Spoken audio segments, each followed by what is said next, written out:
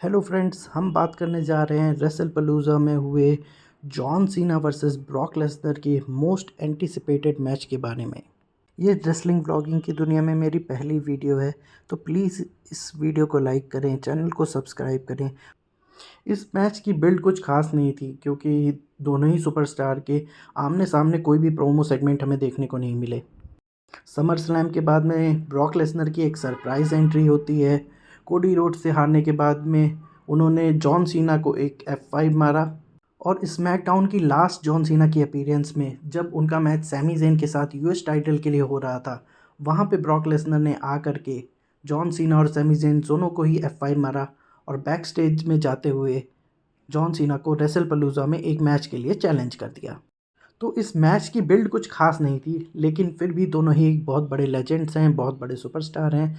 तो मुझे उम्मीद थी कि शायद यहाँ पे एक रेसलिंग क्लासिक देखने को मिलेगा। कोडी रोड्स के साथ हुए समर स्लैम के मैच में हमने देखा कि सुपर सीना की एंट्री हो चुकी है। लोगन पॉल के साथ हुए मैच में भी हमें कुछ वैसा ही देखने को मिला।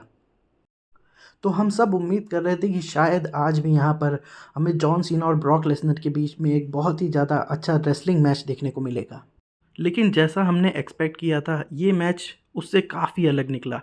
जहाँ की बैटिंग ऑड्स भी बता रहे थे कि जॉन सीना इस मैच को जीतने के लिए फेवरेट हैं, लेकिन इस मैच में ब्रॉक लेसनर ने जॉन सीना को पूरी तरीके से डोमिनेट किया। ब्रॉक लेसनर की आज जब एंट्री हुई तो उनकी फ़िज़ीक को देख कर के लग नहीं रहा था कि ये 2 साल से इन्होंने कोई भी मैच रेसल नहीं किया है। और फिर एंट्री होती है हमारे hustle loyalty respect John Cena की, जो कि येलो कलर की टी शर्ट में आए थे और अपने साथ में मेक अ विश के कई सारे ढेर सारे बच्चों को लेकर के आए थे। जॉन सीना की जब एंट्री हुई तो तब मुझे लगा कि शायद ये मैच जॉन सीना जीतने वाले हैं, एक बड़ा मैच होगा।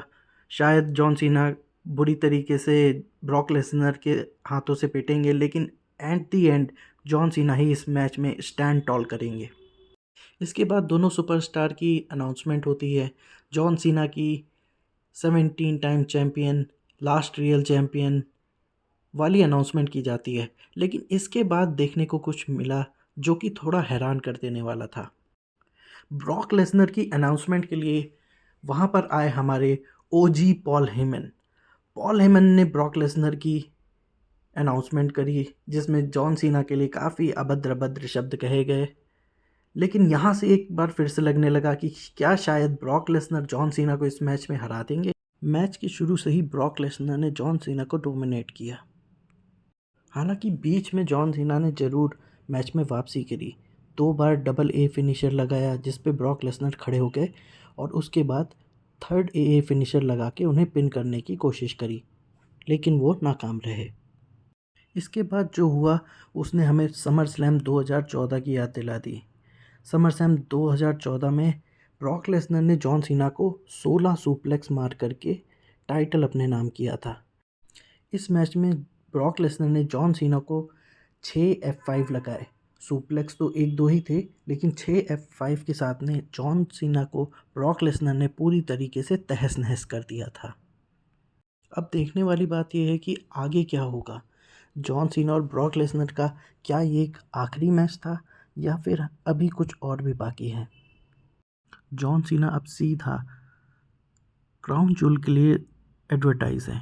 इसका मतलब है कि बीच में बिल्ड के लिए कोई भी टाइम नहीं है।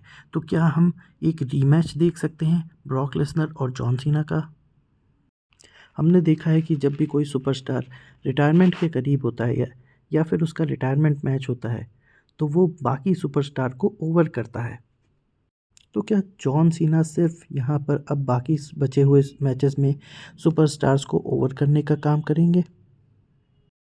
जॉन सीना के पिछले कुछ समय के वर्क को देख कर के लगता है कि वो ये काम बखूबी कर सकते हैं। पर क्या WWE इस डायरेक्शन में जाना चाहती है? क्योंकि जॉन सीना कोई मामूली सुपरस्टार नहीं है। जैसा कि आपको याद होगा, अंडरटेकर और एजे स्टाइल्स का जो आखिरी मैच हुआ था, जो कि अंडरटेकर का लास्ट रेसलमेनिया मैच था, वहाँ पे अंडरटेकर को विक्ट्री मिली थी। तो मेरे हिसाब से यहाँ पे भी हम कुछ ऐसा ही एक्सपेक्ट कर सकते हैं। मुझे लगता है कि जॉन सीना और ब्रॉक लेसनर के बीच एक और मैच बचा है, क्योंकि सुपरस्टार्स को ओवर करने की बात तो ठीक है, लेकिन यहाँ पर ब्रॉक लेसनर जैसा बड़ा नाम है जिसे ओवर करने की इतनी ज़्यादा ज़रूरत नहीं पड़नी चाहिए। वो खुद में ही एक बहुत ही ज़्यादा एस्टैब्लिश्ड नेम है। ब्रॉक लेसनर के खिलाफ जॉन सीना का पलड़ा हमेशा कमज़ोर ही दिखा है। इसलिए मुझे लगता है कि जॉन सीना जब अपना आखिरी मैच लड़ेंगे तो वो एक ना एक बार ब्रॉक लेसनर को वापस से ज़रूर हराएंगे। तो हो सकता है कि इनके बीच में क्राउन जूल या फिर रिटायरमेंट मैच में जॉन सीना एक बार फिर से ब्रॉक लेसनर को फेस करें।